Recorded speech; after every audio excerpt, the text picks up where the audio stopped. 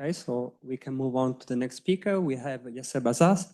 He is a PhD student at the University of Birmingham with Dimitri Gangat that are going to join us in a few days. And today we're going to hear about 2 plus epsilon or the dynamical quantum phase transitions in free fermions. And please, we are looking forward to your talk. All right, thank you. Okay, first of all, I'd like to thank the organizers for this event and to give me the opportunity to present my work.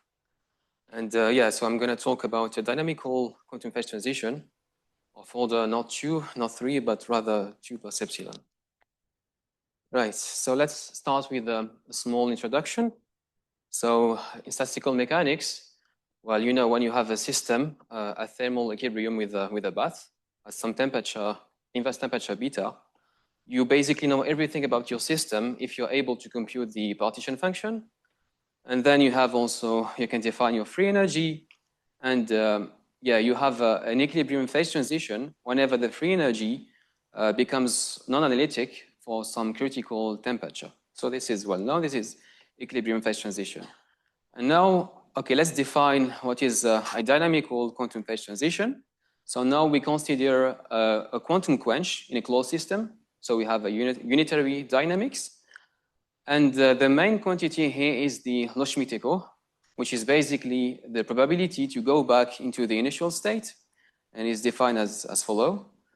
And in close analogy to equilibrium phase transition, we can define the dynamical free energy in the thermodynamic limit. And finally, a dynamical quantum phase transition is whenever your free energy becomes non-analytic for some critical time Tc. And yes, this is out of equilibrium phase transition. Okay, so now let's go specifically to our system, which is I guess the easiest one you can think about, free fermions.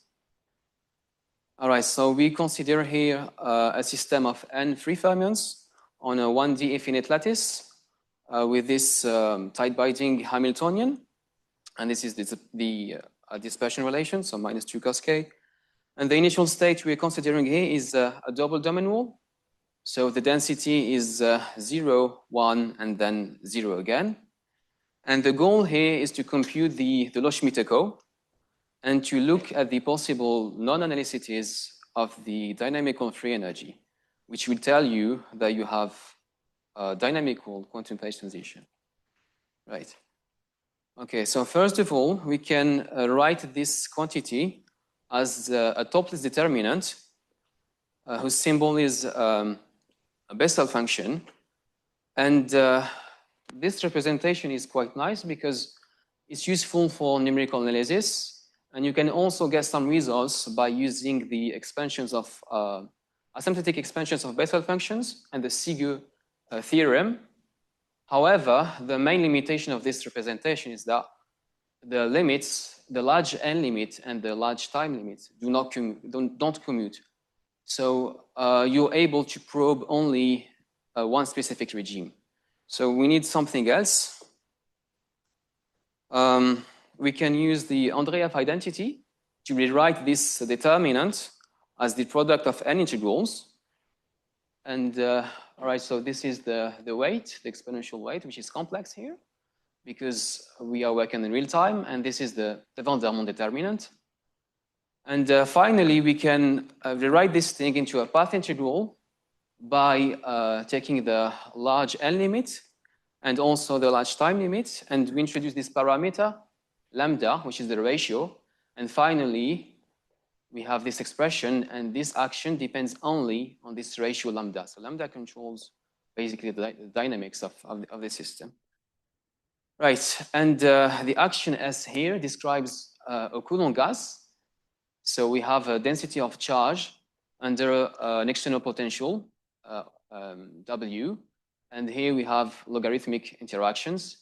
And I have to say we are working, I did a change of variables, so we are working on the plan in the plan Z equals EIK. So this is my potential. And as you can see here, it's explicitly complex valued. And you also introduce the density of momenta. And okay, the important thing is here first of all, is that we can work with this presentation, we can work in all the possible regimes, which is what we want. And secondly, as I said, the potential here is complex. So the whole action is complex. And it means that my saddle points are going also to be complex as well. So it will add some difficulty actually to this problem. But yes, so with this formula, we can do a saddle point analysis and obtain the Loschmidt-Echo with this representation. All right, now I'd like to do some to talk about some non-results and to do some connection to previous work. So first of all, the Loschmidt-Echo has been already computed in this regime. So for infinite time and for a finite number of fermions n, which is basically this limit when lambda is really small. And they obtained a power law decay. We also have the Loschmidt-Echo for one domain wall, and it leads to a Gaussian decay. And finally, okay, the important one is this one. So these guys, they computed the Loschmidt-Echo, and they showed that there is a third order phase transition for this critical value and a Gaussian decay. So they got the results for a short time regime. And basically, they did it by doing analytic continuation from imaginary time to real time. So what's new? Okay, here we are claiming that actually we got some logarithmic correction to the phase transition that we can understand using some topology argument. And we also provide the full results in all the possible regimes. And finally, I have to say that if we do a Wick rotation of this amplitude, this is exactly the Gross-Witten-Wadia model. So it's a lattice QCD model, which is well known because it has a third order phase transition for critical lambda 2. All right, so now we can talk about the actual resolution of the problem. So I have a path integral, and in the large n limit, it's dominated by its saddle point. So this is my saddle point equation, and here I have some constraints to actually enforce the normalization of the density on each possible component of the support. And this thing you can rewrite it as some equilibrium condition. Here, WH is the total potential, also called the holomorphic potential. And it tells you, so this condition tells you that the right support, the correct contour, is such that the real part of the total potential is constant. This gives you the contour for the problem. And okay. And so, okay, and then we can also differentiate this potential to obtain what we call the electric field. This is the derivative of the potential, external potential W, and omega is the resolvent. It is a resolvent of the density. And you can use, I mean, the Schottky-Plemish formula to relate the jump of the resolvent to the density. And basically, I mean, you can rewrite all of that as a Riemann-Hilbert problem, as follow. And the main thing here is that this part on the right, the potential, is complex. So now, because as I said before, I was working with real k. So here the integrals were along the unit circle. But now, in this Riemann-Hilbert problem, this potential is complex. So it tells you that the contour is not the real line or part of the real line anymore, but rather something more complicated, something complex. So now the contour is also part of our problem. We need to find the correct contour and to find the density which has to be positive and real on that contour. Right, so how do we solve this? So we use the method of the loop equations. So basically, as I said, we have a resolvent, and the resolvent satisfies a nonlinear equation, which is called the loop equation, but it becomes quadratic in the thermodynamic limit. Well, and at the end, it gives you an exact expression for the electric field in terms of one parameter, that is C. So this is my electric field, and P is a quartic polynomial that depends on one parameter, C. C is called the dipole, and C depends on the contour and the density as well. And you have to fix this parameter to have to know exactly the electric field. And this is really crucial because C encodes the structure of the support, if it's gapped or ungapped, and also its shape. So finding C is the main problem here. Right, so before saying how to find it, we can do some considerations about the asymptotics to just have some insight, some intuition about what is happening. So if we go into the first limit, where lambda is really, really big, then obviously, well, you can kind of neglect the potential, the external potential, and this term dominate. And so we're expecting in this limit to recover something similar to the Gauss-Witten model in the imaginary time. So basically, it means I'm expecting an ungapped support lying around the unit circle. And on the other limit, when lambda is really small, this part dominates. And I'm expecting the saddle points to be along the steepest descent path of W. So basically, they should be localized around those 2 points. So I'm expecting at the end something gapped and symmetric as well. And it has also been shown a little bit in this in some paper. So I'm expecting a kind of transition between gapped to ungapped. Right, okay, now we can say how we fix the dipole. So in the short time regime, when lambda is greater than the critical lambda, as I said, I'm looking for an ungapped support. So basically it means that the electric field should become a perfect square. And this gives you a condition on the electric field. And finally, it leads to this critical value of C, which is, by the way, nothing but the analytic continuation of the one in imaginary time. So this one has already been computed in the paper I mentioned before, but this part was the missing part. Okay, in the other regime, in the long time regime, here my electric field is complex, so the density is a priori complex, except on the correct support. And in particular, its integral should remain on the correct contour.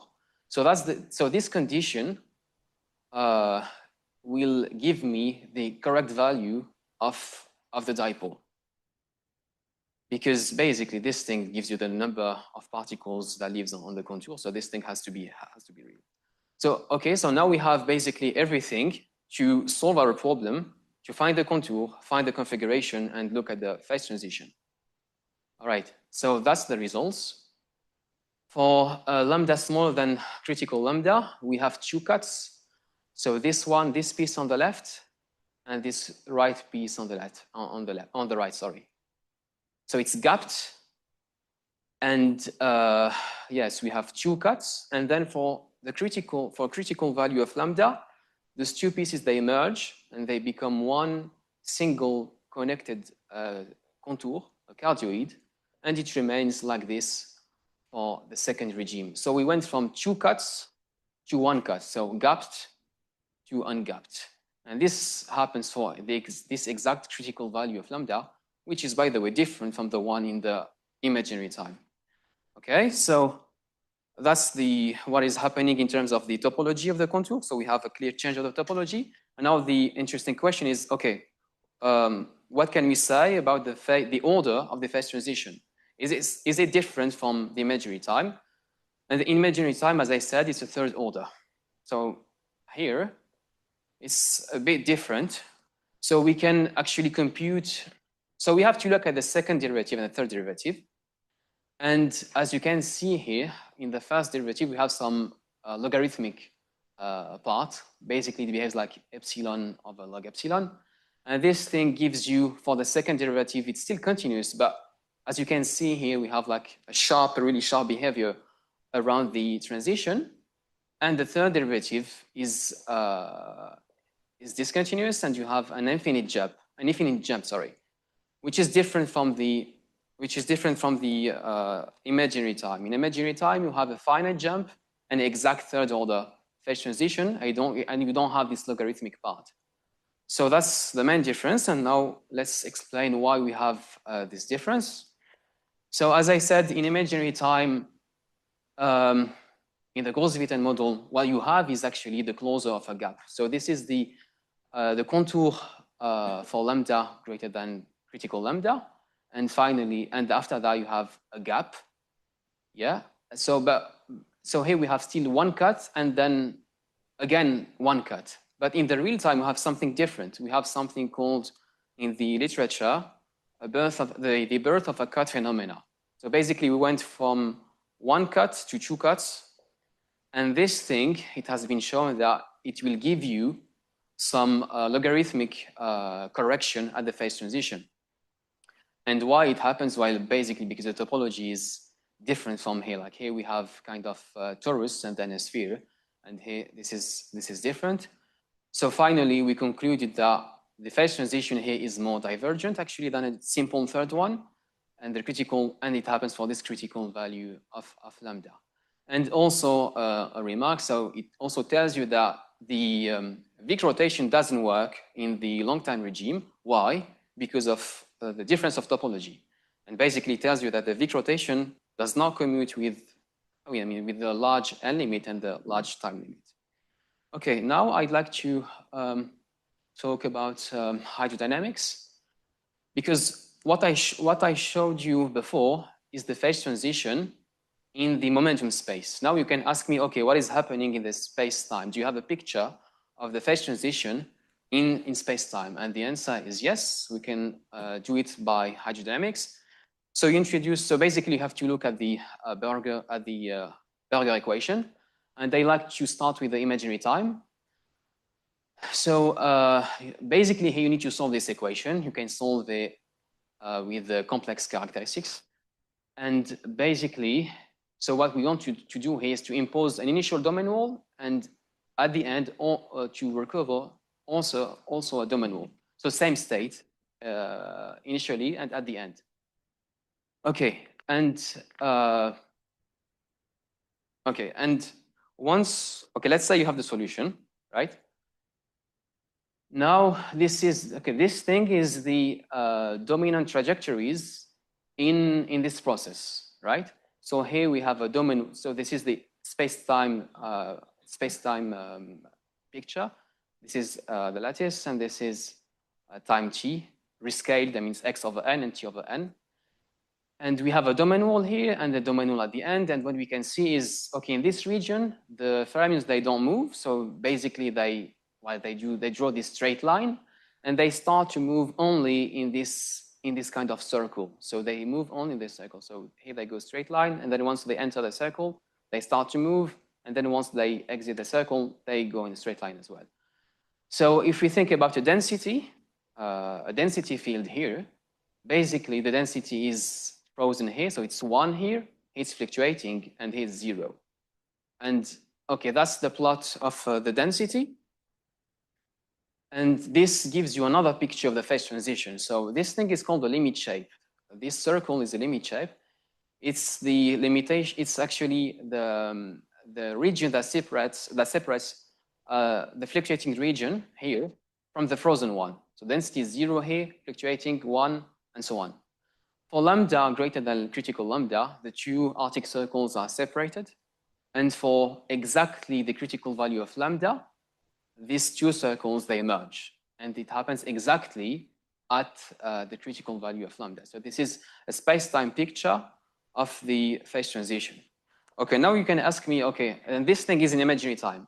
Now you can ask me, okay, do we have still this phenomena in the real time? And do you have a nice space-time picture of the transition in real time? And the answer is yes, but it's a bit more complicated. So, okay, I'd like to introduce this density. So this density is not, well, it's not a standard one. It's conditioned. So basically, the initial state has to be a domain wall, and the final state as well has to be a domain wall. So in this sense, it's called also like a weak value. It's non-Hermitian. Because of this boundary condition that we imposed. And basically the consequence is that this density can be outside the eigenvalue spectrum. So for fermions, it should be between 0 and 1, but here, because we're considering this quantity with this boundary condition, it can be outside 0 and 1. It can also be complex. And it has, I mean, some physical explanation. Okay, so let's look at the results. So we computed this density, and we also obtained limit shapes, but that behave a little bit differently. So this is the density. We also have frozen regions, so 0, 1, 0. And we also have fluctuating region. But the difference here is that in this region on the red, the fluctuating region, we have a density which is between minus infinity and plus infinity. It's highly oscillating. It's not between 0 and 1 anymore. And then you can ask me, okay, about what does it mean? I mean, what's physically, why is it relevant? Well, here, as I said before, the main difference is that my action is complex. My quasi-momenta are complex, and basically also the weight is complex. So here we have kind of interferences between all the possible paths to go from the domain wall to the domain wall at the end. And this thing can explain why you have such a behavior. But at the end, I want to say that yes, okay, we have limit shapes also in real time with a different behavior. But now what's missing is still like a clear explanation of the phase transition. Like, okay, at this critical time, at this critical value of lambda, the two arctic circles, they emerge, but physically on the lattice, what is happening? And this thing is still missing. We are working on, and I think I will stop here. So thank you very much for your attention. Thank you very much for this nice talk. Are there any questions from the audience?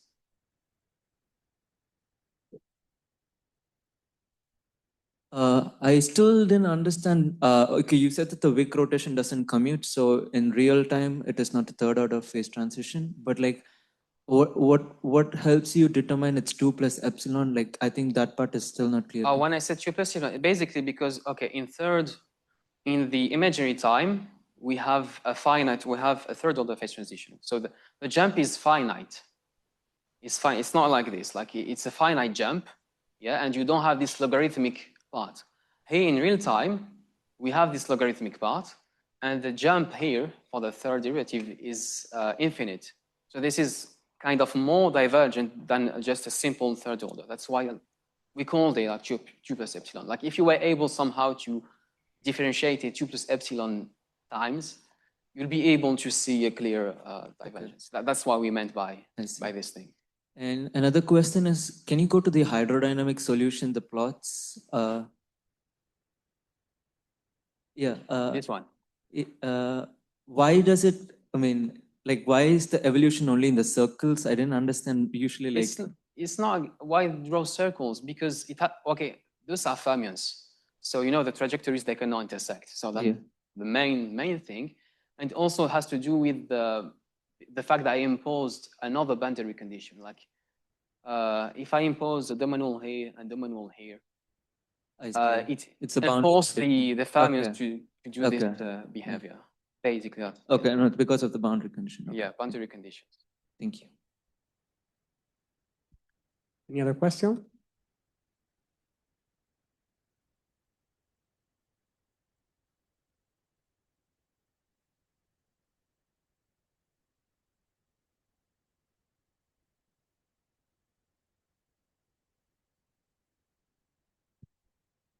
Does it work? Yeah. Yes. Can you just, so what exactly do you plot here? I didn't understand this. I plotted the trajectories. Yes. In this, if I impose an initial domain wall. No, this I understand, but what's at the dominant trajectory? Well, this one, the trajectories of the fermions. Basically, this thing are like the constant. Okay, if you think about the density, yeah, the density of x and t. If I integrate it, this gives you the number of particles, and this thing are basically the lines of constant. So these are the level lines of the Haidt field. Yeah, exactly. But okay, but why are they discrete then? Why are they? I mean, there are small steps here on the left, no? Yeah. I mean, this one is like, let's say, like just some numerical artifact in the I see. boundaries. So okay. But hey, they should be, I mean, clear and continuous. Yes. Thank you. Are there further questions? Maybe I can add one. It's a general question also about this dynamical quantum phase transition. Like at equilibrium, usually some criticality in the free energy means that correlation function are behaving somehow. Can you say something about like this also in this case? Can you imagine like a protocol looking at correlation function that is able to detect this? It would be maybe relevant for experiment. That's a very good question. This is why we are looking for some observables that will give you, that will give you actually another explanation of the phase transition. How can you implement the conditional probability? When you say, implement how, like experimentally? For example, in a unitary kind of evolution, that is not what I would write for unitary evolution. Good question. I guess we should couple it to some ancilla. And because, the main problem of this kind of thing is that, I mean, you have an exponential decay. So the probability to go back to the initial state is really, really small. So I guess one way to maybe to do it is to couple it to some ancilla and try to bias the evolution to enhance this, this event. And then maybe you'll be able to do some measurement. But I'm, so maybe this quantity is kind of hard to measure, but but the low-Schmitt echo, we can measure it. We can measure it, you couple it to some ancilla, and you do, I mean, basically you will have some interference between the ancilla and the free fermions, and if you do some measurement on the ancilla, you'll be able to actually measure the low-Schmitt echo. The low-Schmitt echo is something that you can measure. Okay, maybe we can discuss more then. All right. If there are not a question, we end the session. We have the lunch break, I guess. Thank you again for the speaker.